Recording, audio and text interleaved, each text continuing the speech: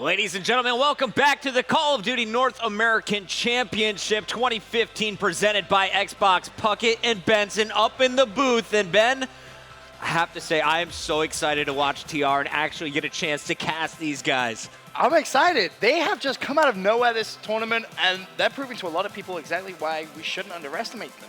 You know, they obviously failed to qualify for Season 2. Yep. And we were kind of expected them to, I think is a fair way of saying it. But yeah, they had a lot of hype going into that, did. and they were looking really strong online leading up to the tournament, but I feel like they've proved the haters wrong. They're Definitely. like, online was not a fluke. We are here to Right. do the same thing that TK did just 2 weeks ago, catch everyone by surprise. Honestly, I feel them not qualifying was the best thing that could happen to them. Because I think it kind of ignited that spark to give them a lot of drive to come here and be like, all right, we're at LAN, let's prove all the haters wrong. And they've done just that. I mean, they win this, they're in the winner's bracket final. There goes everyone's predictions. Well, they're going up against Faze Red here in our second winner's semis. Of course, the winner will play Optic Gaming tomorrow in our winner's bracket finals. But let's start off by introducing our teams. I want to introduce this squad, Team Revenge. Of course, they had a Canadian lineup going into last year's World Championship. This year, all-American players. From left to right, you got Facento sitting next to Aqua. That's Remy, not Remy, Remy. Everybody. And Nagafen, not Nagafen. I got the lowdown You from got the Pittsburgh. pronunciation? Okay. Yeah. All right. He was helping me out. He said, yo, it's time for the world to learn my guys' names. I said, I got you, Pittsburgh. On the other side, though. Nagafen? Nagafen, yes. Nagafen, that's why. I've just been saying it Just anyway. replace it with an O. Okay. But on the other side, you got the world champion and Eggs, former Complexity EG member, has the most titles in competitive Call of Duty. He's been competing since MLG Dallas back in 2010. Yeah, he's been a fantastic player this weekend, and that's been key for Faze Red's success. And speaking of key for success, this man, Enable, breakout player of the year for me, definitely on my top 5 player list. He's just had a fantastic time on Call of Duty Advanced Warfare. He's been an MLG champion back in the Halo days, competing since 2006, switching over to COD, seeing all kinds of success, and he surrounded himself with another world champion. Here's a look at Parasite from Black Ops 2. This man, one of the strongest anchors today. He takes over the SMG Slayer role. Also, you'll see him with the bow at times, and of course the AK-12. But Slasher, another guy right there with the Enable. Really incredible Slayer breakout performance in this year. We saw him at the end of Ghost, finishing second here in this venue. But really, I think this is a squad that he could be looking for another championship. He already has definitely. one playing with Faze Red back at the Columbus Open. You look at the raw talent on this Faze Red team, and it's crazy. You know, so many talented players. It's just, will they all go off at the same time? If they do, if Aches is playing well, they can beat anybody. There is nobody they cannot beat. You see Slasher there, who, again, he's another one. I just feel he can carry this team by himself sometimes. It's ridiculous. When we were doing our top 10, there was only one player, though, from this Faze Red squad. Actually, there's 2 players from this Faze Red squad that we all had in our top 10, and those were Enable and Parasite. Where do you think Slasher fits into your top list right now? Oh, top 10. I think You're going to put him there now, too? It's so hard not to. You see how consistent he was at Season 1 Finals. He's Yep. come here again, consistently putting up big numbers, clutching up for his team. And that's why I think it's kind of like a mental factor for him, because when that squad was made, everyone kind of looked at Parasite and Aches and was like, these two are going to bash heads the most. And he kind of just took that bullet and was like, no, that isn't going to happen. I'm going to take control of this team. And he's had more arguments, if you will, with Aches than anybody else, but that's him just trying to keep that team composed. And I have a lot of respect for him for doing that. Really, fantastic stuff from young Austin. And talking to him this weekend, I could tell he was frustrated after the Season 1 championship. Oh, yeah. I asked, what's different about this weekend than the last time you were here? And he said, Aches said, I've quote-unquote flipped the switch. So Aches is in try-hard mode. They're Okay. going for a championship title once again. And he said, I asked him, well, are you guys going to take the whole thing? He said, we'll see. So That's scary, because I remember I had this discussion with Mr. X earlier on. We were just talking, and I was saying, when he flicks that switch, I don't think people really understand how talented he truly is when it comes to Call of Duty. He is one of the best players in the game. You can love him or hate him. It's irrelevant. It doesn't matter. He kind of loves to be hated. He loves being that bad guy in Call of Duty. But he's so talented. You've got to give him his props. And playing with the teammates he has right now, it's scary. It really is. If he has a good game, it's so hard to see them lose. The only one team that you can really compare them to is Optic Gaming. now, Ben, we watched Faze Red a little bit earlier today. And what did you see that was different with this squad than the Season 1 championship? Aches managed to go at least even. That's the key. You know, he wasn't putting up any impressive kills. He did yesterday. Today, not so much. You know, you saw the likes of Parasite. He was playing extremely well. Slasher putting up consistent numbers in Respawn too. But as I said, the key was Aches was at least going even. And the strongest player on this squad, in your opinion, right now? Slasher. Slasher. Yeah. And Abel said it himself, Parasite said it. He's so good. And again, he has such an important role of kind of keeping that team together and kind of being that bad guy at times. But he's just, I don't know, he has that kind of leadership role too. Fantastic background on this guy as well. He's currently a student studying mechanical engineering. Yes. Not an easy major It's pretty tough to take on imagine. while also being a full-time gamer. He's able to multitask and being successful in both. But let's go back to TR. So TR, obviously the big underdog in this matchup. If you're going to beat a squad like Faze Red, a team that has world champions, what do you need to do, Ben? Honestly, keep doing what they have been doing. They've come out, they've done some unconventional things. The MLE thermal and respawn, something you haven't seen that many teams do. And the big thing that you've seen when TR have been playing teams like Denial, for example, they haven't been able to adapt quick enough. That's been the key. So hopefully Faze Red can expect things like Nagafen with the ML. I mean, he used it in Detroit uplink, and he went ham. I think he had a 1.67 KD by the end of that game. So he's definitely a talented player. You need to shut that down. You cannot be surprised by some of the things these guys are going to do. You have to expect it at this point. And talking to Facento there in your upper left, I asked him after their last win, what's going right for your team? How are you performing on this squad? He said, really, I've just kind of been the hype man. I haven't had to do much. My teammates are doing it around me. It's the same answer Killa gave last night when Optic Nation was seeing so much success. But it's the guy next to him who's been carrying the heavy load. Aqua has been a monster in the respawn games. He's impressed me the most. And I've honestly never seen this guy at LAN before. I've never had an opportunity to cast him here on the main stage. It's my first time. Really excited to watch what he's doing.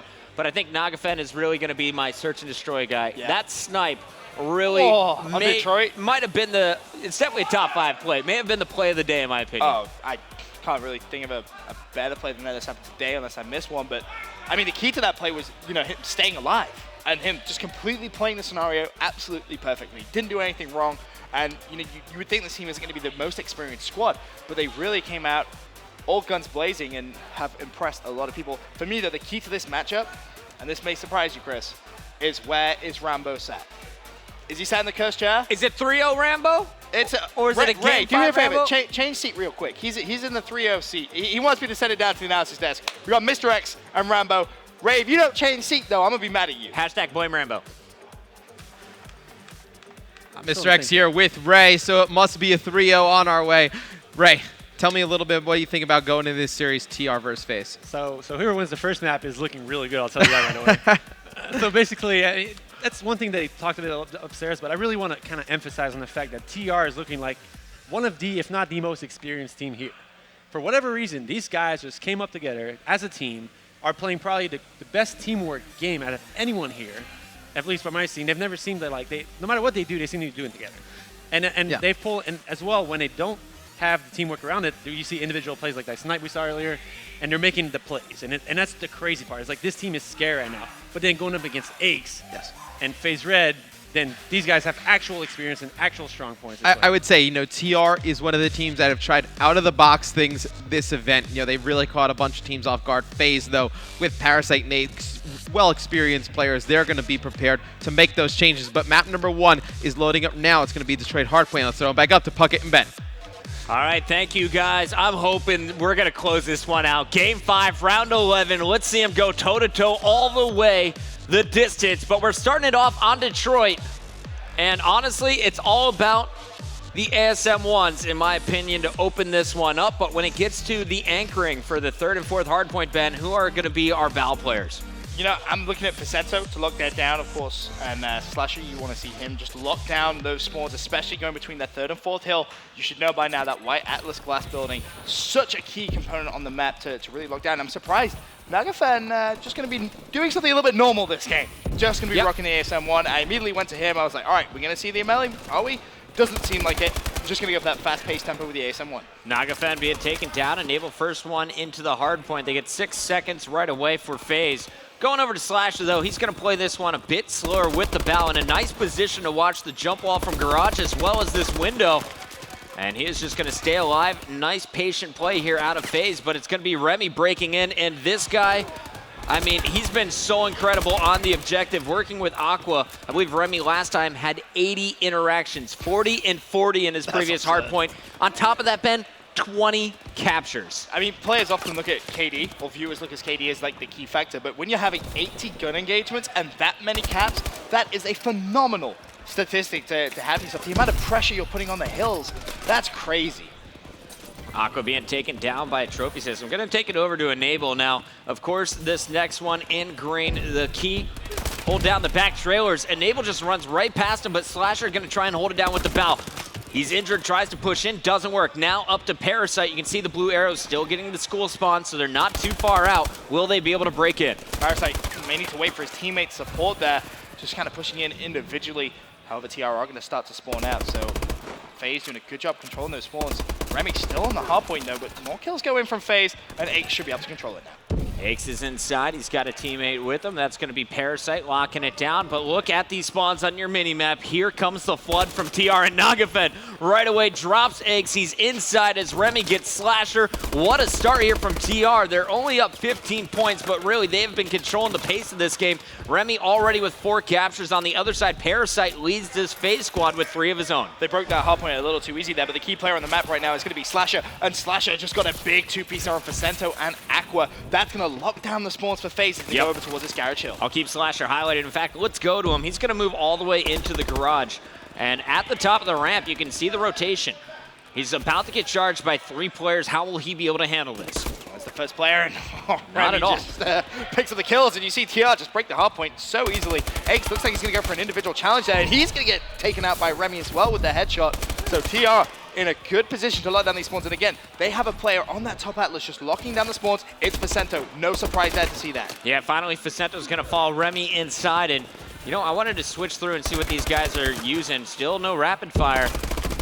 Aqua on your screen, and he's sticking with the ASM-1 as well. But really, why has TR been so successful breaking these hard points, Ben? Yeah, they just getting the kills. Simple as that. They're doing well-structured pushes onto these hard points and just out-killing. When you saw Remy, for example, with a great 2-piece when he pushed up the garage hill, Aches not able to get those kills.